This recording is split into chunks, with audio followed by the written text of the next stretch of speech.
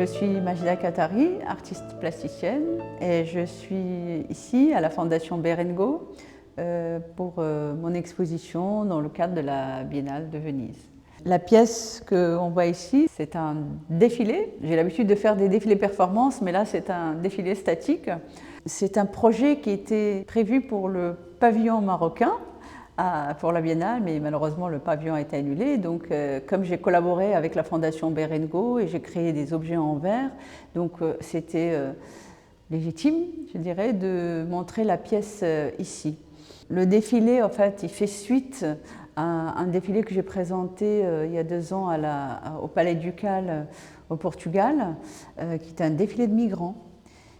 Et donc là, pour moi, c'est la suite de ce défilé. Sauf que là, ce sont des sculptures en bois et divers matériaux pour raconter un peu le parcours d'un migrant. J'ai commencé le défilé par ce couple d'amoureux qui sont entourés de ces énormes bouées en verre. C'était pour évoquer le fait que ces bouées qu'on voit sur les migrants dans les mers sont tellement lourdes, ça empêche au fait de survivre. Ça fait plus couler la personne que la sauver. Et donc il y a deux personnalités. Il y a un avec l'écriture arabe et il y a un avec du cuir noir. Le travail de tressage et de gravage, ce qu'on appelle le gravage de cuir, que je travaille à Tétouan. Toujours, ça fait 20 ans que je travaille avec le même artisan et à chaque fois il me dit « Majida, tu vas me rendre fou », mais il arrive à faire les pièces. C'est un cuir traité naturellement, même la colle est à base de farine et d'eau, donc tout ça est travaillé sur place à Tétouan.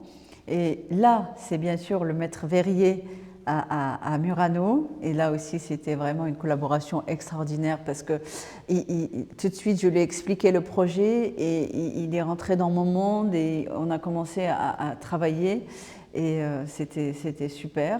L'artisan de bois avec qui j'ai travaillé la sculpture, et là aussi, ça c'était aussi à Casablanca. Et j'ai écrit, bon, ça il y a une partie de moi et de calligraphe en arabe, donc c'est aussi un calligraphe qui a travaillé. Donc quand je fais un dessin d'une pièce, je sais que je vais travailler avec un artisan ou bien de cuir ou bois ou céramique ou la couture. La couture, ça c'est plus familial parce que c'est ma sœur, ma maman, tout ça qui sont dans la couture.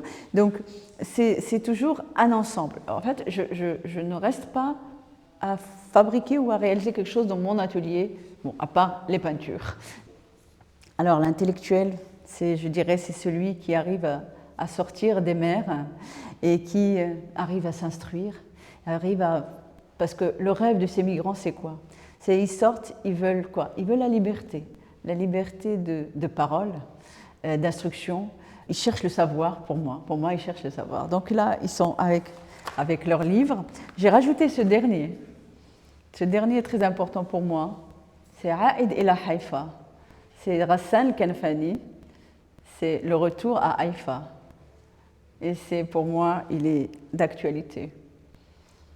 L'intellectuel aussi, il porte le voile, mais c'est un voile avec une écriture. C'est le sermon de Saint Matthieu. J'avais soif, vous m'avez donné à boire, j'avais faim, vous m'avez donné à manger, j'étais étranger, vous m'avez accueilli, et ainsi de suite, pour rappeler l'hospitalité de la chrétienté et de toutes les religions dans le monde, pour rappeler un peu ce côté paisible des religions qu'on a oubliées. En fait, on pense plus religion ou croyance, agressivité, alors que ce n'est pas le cas, c'est juste une question d'éducation et de respect, pour moi. Et normalement, ici, c'était mon atlas. C'est une sculpture en bois avec des paniers tressés et fabriqués par les artisans marocains. Et j'avais créé un sac, comme un sac poubelle, fait ici à Murano, bien sûr en verre. Malheureusement, il se trouve qu'il a été à un moment déséquilibré, il est tombé. Donc le drame.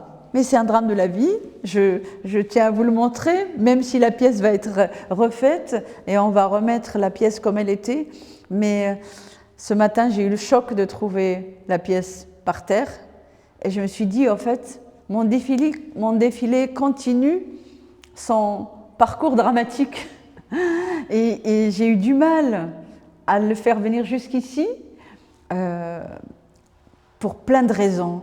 Parce que d'abord il y a eu l'annulation, après il y a eu la réalisation, après il y a eu la douane.